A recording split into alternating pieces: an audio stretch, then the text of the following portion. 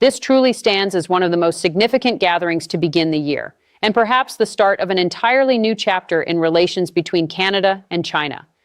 We feel genuinely encouraged by the strong direction shown under President Xi Jinping.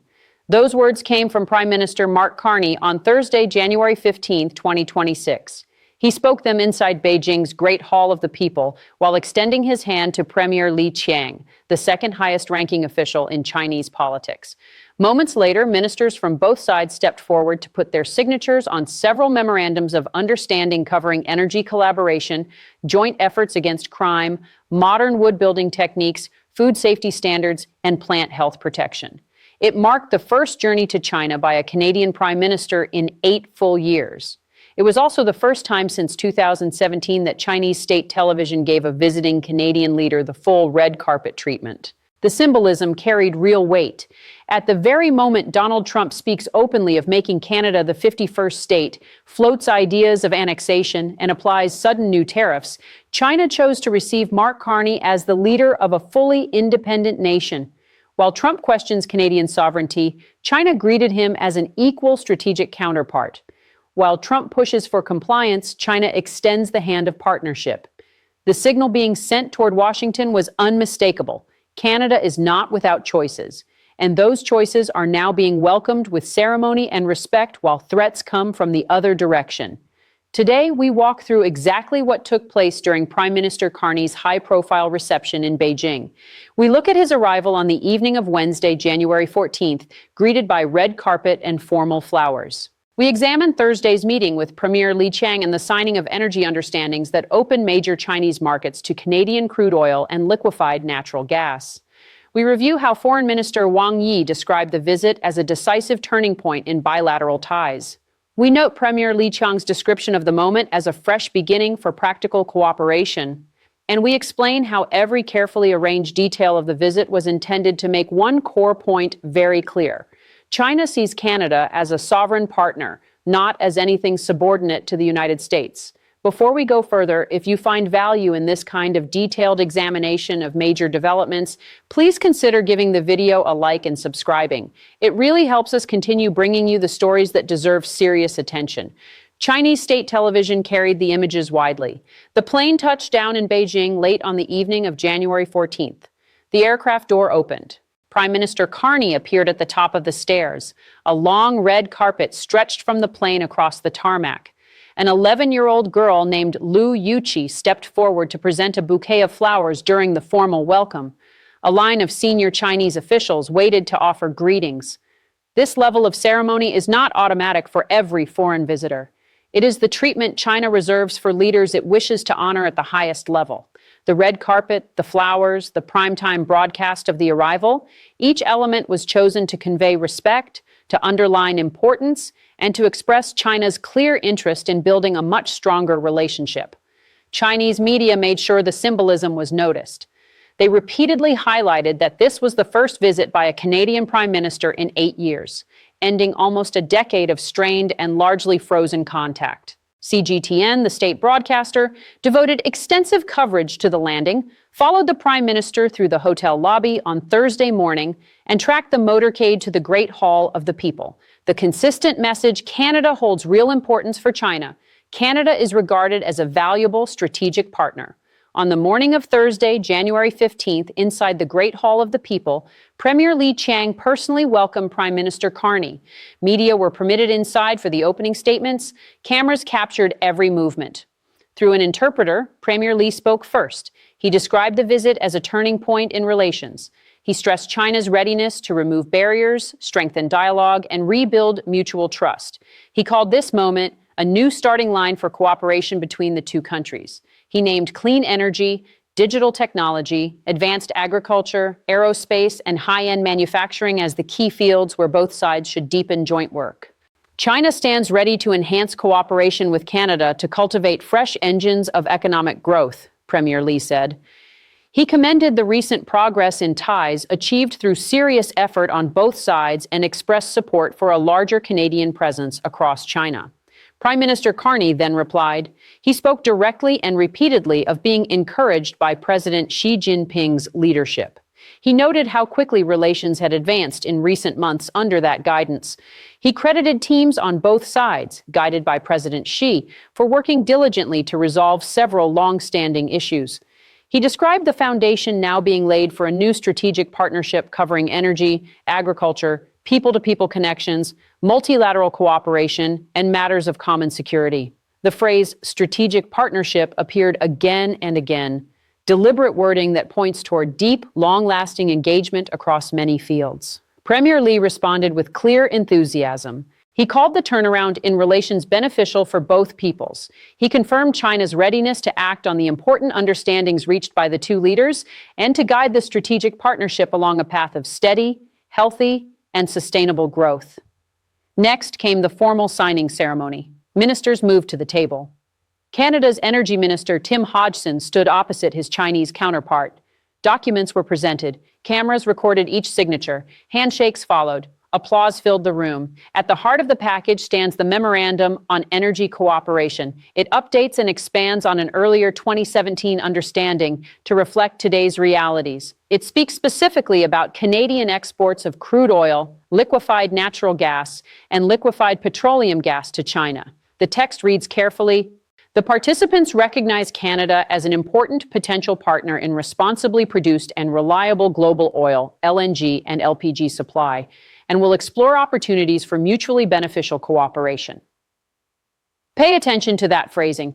China is describing Canada not as a minor or secondary supplier, but as an important and reliable partner, one that produces energy responsibly. The language quietly sets Canadian supply apart from sources that may be politically volatile or that have used energy sales as a geopolitical tool. The agreement commits both governments to deepen cooperation on oil and gas resource development, including trade in crude, LNG, and LPG. It establishes ministerial-level energy dialogue channels that have been absent for nearly 10 years. It creates a structure for regular discussion of emissions reduction, low-carbon transitions, and renewable energy possibilities. Yet the document also includes a crucial sentence. The participants recognize that conventional energy continues to play an important role in the energy transition. In plain terms, China is seeking Canadian oil and gas for the present and near future, not only renewable sources years from now. Reliable fossil-based supplies remain essential while the long shift toward cleaner energy continues. Canada is positioned to deliver both. After the ceremony, Energy Minister Hodgson spoke with journalists. He said plainly, "The message we received very clearly is that China is searching for dependable trading partners, partners who do not mix energy supply with political pressure." That comment points directly at Russia's use of energy as leverage against Europe. China is actively looking for alternatives. Canada is being presented as that alternative. The numbers give the picture real weight. In 2024, roughly 96% of Canadian oil exports went to the United States. Only about 2% reached China, valued at around $2.4 billion. The Trans Mountain Pipeline expansion, which began commercial operations in May 2024, changed the picture dramatically. Exports of Canadian crude to China have climbed steadily ever since. China has reduced its purchases of American oil while turning toward Canadian supply as a strong, attractive substitute. Liquefied natural gas is moving in the same direction. CNEAT took delivery from Canada's first major LNG export facility in 2025. Chinese purchases have grown significantly over the past 12 months. Thursday's memorandum formalizes the relationship and builds the structure needed for much larger volumes in the future. Minister Hodgson added a key point. "We produce some of the lowest carbon intensity LNG found anywhere. Chinese companies already hold investment in our first LNG project, plan to invest in the second major one, and remain one of the largest buyers of our conventional oil and gas." The signed document launches a formal ministerial energy dialogue, something officials say has never existed before, and commits both sides to meet regularly every 12 to 18 months for the next 5 years. While energy drew the most attention, other memorandums signed that day show how broad the reset has become. Cooperation against cross-border crime, with Canada's RCMP and China's Ministry of Public Security sharing information on terrorism, cyber threats, organized crime, narcotics, child protection, and financial crimes. Promotion of modern wood construction, encouraging use of Canadian lumber, advanced timber building methods, and green construction practices in China. Agreements on food safety and plant-animal health, addressing specific barriers that have blocked certain Canadian exports since early 2022, including poultry-related pet food products affected by avian influenza measures. A letter of intent on culture and tourism, aimed at expanding people-to-people contact. Taken together, these agreements build a wide-ranging foundation for renewed ties, not limited to one industry, but reaching security, environment, health, culture, and commerce. Saskatchewan Premier Scott Moe attended the signing. He has long pressed for resolution of Chinese tariffs on Canadian canola that have seriously hurt prairie farmers. His presence signals that provinces recognize the value of re-engaging with China, even while some trade disputes continue. Earlier on Thursday, before meeting Premier Li, Prime Minister Carney held discussions with senior executives from 6 major Chinese companies: Alibaba, China National Petroleum Corporation, Industrial and Commercial Bank of China, CATL, Contemporary Amperex Technology, Primavera Capital Group, and Vision. Each represents enormous potential for future investment. Industry Minister Melanie Joly explained the focus. What kinds of direct investments could Chinese companies make inside Canada? We're talking not only about trade, but about building facilities and creating jobs here. The Joint Economic and Trade Roadmap released Thursday states clearly that Canada welcomes Chinese investment in energy, agriculture, consumer goods, and other fields, provided appropriate national security reviews are followed. This marks a noticeable shift from previous years of caution toward Chinese capital. That same morning, Chinese Foreign Minister Wang Yi met with Canada's Foreign Minister Anita Anand. In Mandarin, Wang described both countries as doing the right thing diplomatically. He called Carney's visit a turning point after years of difficult relations. The phrase turning point became the dominant theme, used by Premier Li, by Foreign Minister Wang, and repeated across Chinese state media. It is not casual language. It signals a fundamental change in direction, not gradual improvement, but a clear break from the past. Zhao Leji, chairman of the Standing Committee of the National People's Congress and the third-ranking figure in Chinese politics, told Prime Minister Carney that President Xi Jinping would hold in-depth talks with him on Friday. He added that China stands ready to advance the strategic partnership. The schedule itself is deliberate. Thursday with the Premier and senior legislators, Friday with the President, a carefully built escalation that demonstrates unity and seriousness at the highest levels of Chinese leadership. The wider context cannot be ignored. Donald Trump has imposed broad 35% tariffs across Canadian goods, additional duties on steel, aluminum, and softwood lumber, repeatedly suggested Canada should become the 51st state, and even raised the possibility of American military oversight of Canadian resources for U.S. national security reasons. Prime Minister Carney could not respond with mirror tariffs that would damage Canadian exporters. Instead, he has chosen to build alternative relationships that reduce Canada's long-standing dependence on American markets and American political goodwill. China offers a powerful counterpart, the world's second-largest economy, a gigantic consumer base, huge infrastructure needs, advanced technology, available capital, and, crucially, a readiness to treat Canada as a sovereign equal rather than a dependent neighbor.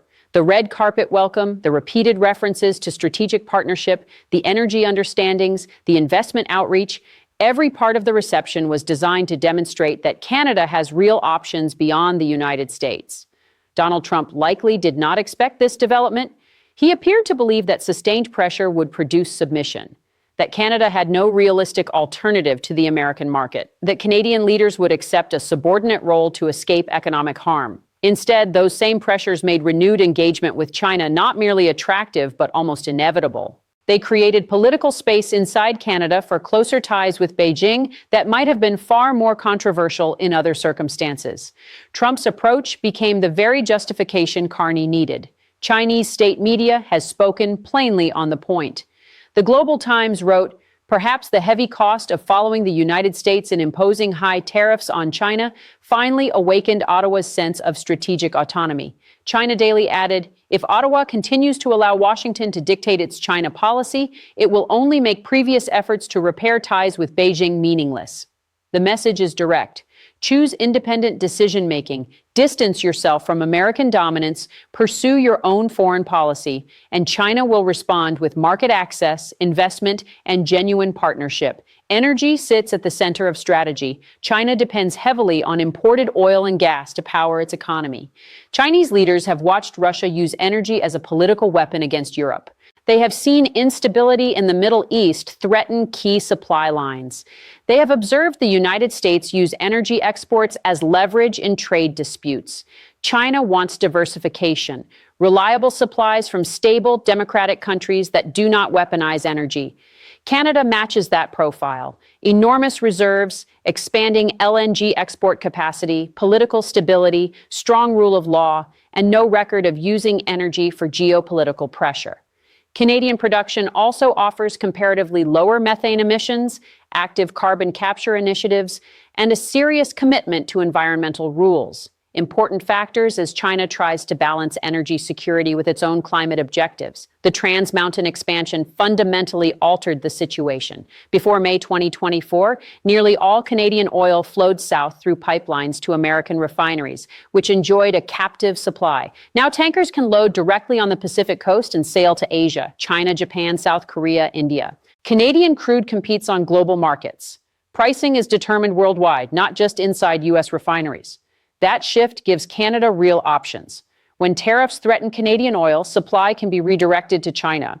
American refineries built for heavy Canadian crude cannot easily replace it with other grades. They still need Canadian volumes, but Canada no longer needs to sell only to them. China recognizes this new leverage clearly. Thursday's energy memorandum locks in Canadian supply for the Chinese market, establishes the structure for long-term sales agreements, creates ongoing dialogue channels, and reduces both countries' exposure to sudden American political decisions. At present, almost all Canadian natural gas still travels south to the United States. However, with LNG Canada now operating and several major new projects under construction, shipping large volumes to Asia, including China, is becoming far more practical. Minister Hodgson noted the change in tone since LNG Canada began deliveries to Asia. China has made it very clear they need substantial amounts of energy, particularly cleaner forms, and they want reliable commercial partners. The visit reaches its highest point on Friday, January 16th, when Prime Minister Carney meets President Xi Jinping, the most important appointment of the trip. According to China's foreign ministry, President Xi will offer fresh strategic guidance for the continued strengthening and development of bilateral relations. The meeting completes the deliberate progression: Thursday with the premier, Friday with the president, ascending the ladder of Chinese leadership toward the most powerful figure. In Chinese political culture, the symbolism of personal reception by President Xi carries deep meaning. It underscores the priority China assigns to the relationship. Whatever is said during that conversation will set the direction for years ahead. This is not ordinary courtesy. It is a deliberate strategic statement. Thursday's language from Prime Minister Carney already previewed his approach. Repeated praise for President Xi's personal leadership. Credit given directly to Xi for the improvement in ties, and consistent emphasis on building a strategic partnership, all carefully chosen to align with Chinese expectations of respect and mutual recognition. The calculation is straightforward. Engagement, respect, and economic integration produce better outcomes for Canada than confrontation. A smaller power situated between two giants benefits more from maintaining working relationships with both than from picking one side. Friday's meeting with President Xi will test whether that approach can succeed and whether Canada can carry out an independent foreign policy even under intense American pressure. The warmth and ceremony of the Beijing welcome strongly suggests that China believes Canada can succeed and is prepared to reward that independence with real economic gains.